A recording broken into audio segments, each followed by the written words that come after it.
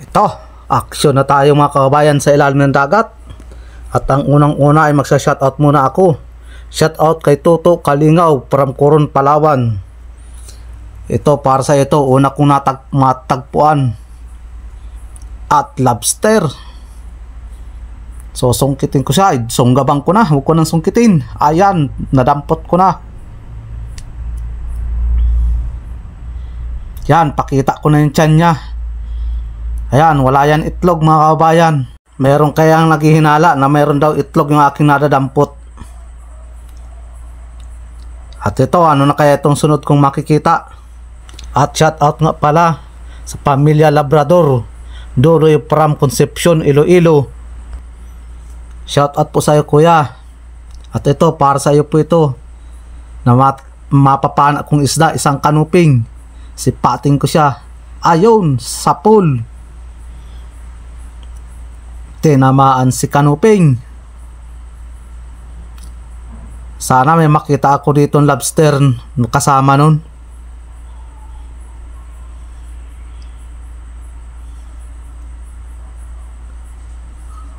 Tsaga-tsaga lang ng langoy. Dito na kami naglaot sa parting lugar namin. At ito, meron pa sa kanuping pa. Si pating kuli, ayun, tinamaan si kanuping. Hindi yata ako makakagitik ngayon ng isda.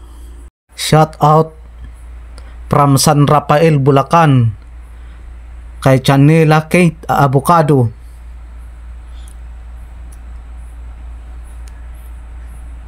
Sana marami itong kasama na kanuping na ito.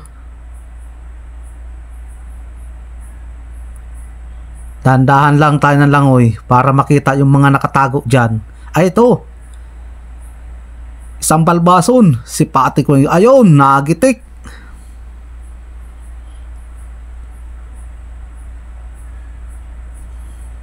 Walang kagalaw-galaw. Nasintro ko yung ano niya, gitikan.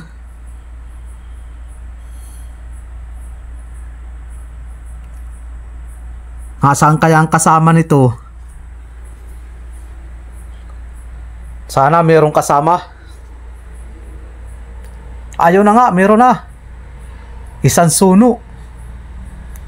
Sipat. Ayun, tinamaan. Kaya lang hindi siya nagitik. Mahal ang kilo nito sa amin. 200 ang kilo.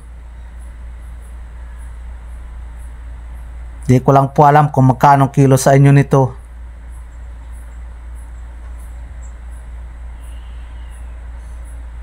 At ito pa, ano kaya itong nasa ilalim?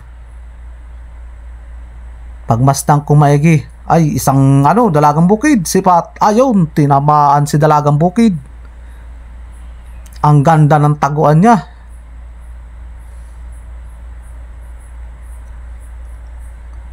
Buti di niya na ako pinahabol. Masarap itong gawain fishbowl. Yun nga po palang mga nagpapa-shoutout dyan, manood na lang po kayo. Panoorin nyo lang po kung sino po yung mga nasa-shoutout ko. At ito, may nakita ko sa ilalim. Isang kanuping na naman. Sipat. Sandal ko na yung pana ko. Ayun, tinamaan. Kahit nakasandal na, hindi pa rin nagitik. Pasmado na yata ang kamay ko. Iisa pa lang aking nagigitik. Pero sa pulman,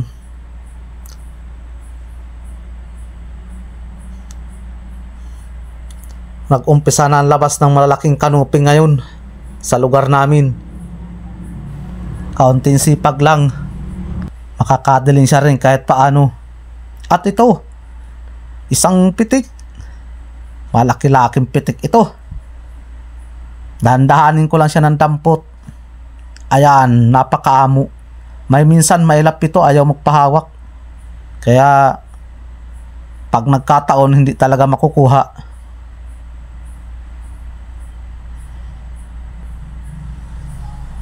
Sana may kasama itong pitik na ito.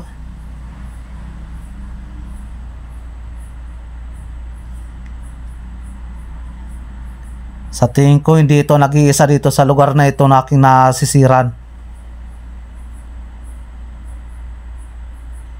Ayun, nakita ko ng kasama.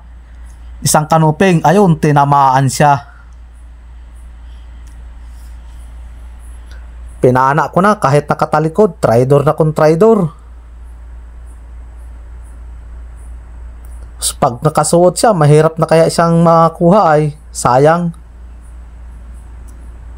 At ito pa, mayroon pang isa, Danggit Bahura. Sipat. Ayan, tinamaan ka, Danggit Bahura. Pagalaw-galaw ka pa, sinasayawan mo pa ako. Shout out from Silang Cavite, Miguel Abilog. Shout out po sa iyo, kuya. Ang ganda po ng apelyido mo, Bilog. At ito pa, ano na kaya itong matatagpuan ko? Ayun, kanuping nakita ko. Sipat kung magigitik. Ayan na, tinamaan na si kanuping. Hindi pa rin nagitik. Sunod-sunod ang tagpo kung kanuping ngayon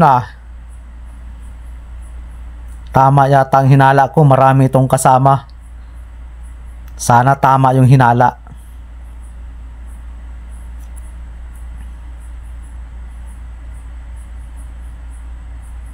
Medyo maganda ang corals dito sa lugar na ito kahit mayroong mga guling-guling ang tawag sa amin to. At ito, mayroon pa, sniper.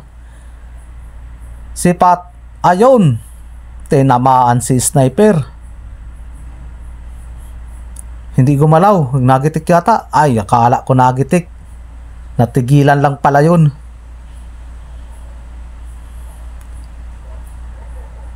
Kasi lapad na ng palad ko ang laki.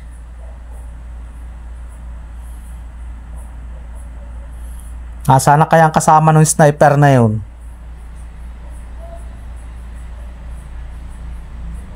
Ayun, danggit ang kasama, dalawa. Mag-asawang danggit. Mamimili ako sa dalawa. Ayun, inuna ko yung nasa taas niya. Hindi nakamala yung isa. Tanggalin ko muna. Sunod ko na siya. Sakpol ka. Ayan, nagitik na. Ay, sa wakas, nakagitik din. Pangalawang pagkakataon, nakagitik.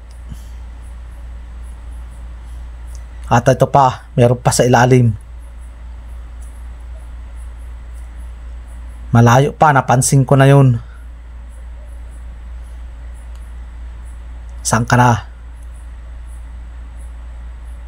Hop, daldalin ko na. Ayun, kanuping. Malapad na kanuping. Pinaigkasan ko na agad siya at paalis na ay. Pinahabulan ko na lang. Talagang minsan may mailap talaga. Ayaw magpalapit. Ito pala mga kababayan ko, itong kulata na ginagamit ko.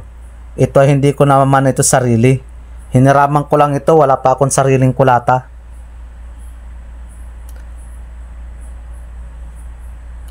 Kaya pag kinuha na ito ng may-ari, mahanap na lang ako ng iba kung ano mga gamit ko na may kulata. Tilok lang yung sa akin dyan o yung alamri. Pero matagal pa ito bago kunin sa akin. At ito, talagbago. Tinamaan agad si talagbago, double. Sinamantala ko na agad. At magkadubol yung dalawa. Binilisan ko na yung pagpana. Shout out kay John Edward Ross. Ito, ang swerte mo kuya. Dala na double ko yung dalawang isda. At ito, pinalakasan ko pa ng liwanag yung spot ko. O flashlight. At may nakita ako, isang kulambutan. Pero hindi ko siya papanain at maliit pa. Ayaw kong pumana ng maliliit na kulambutan. Hanggang dito na lang po ang aking pagbibideo sa ilalim ng dagat. Maraming salamat po sa inyong panonood.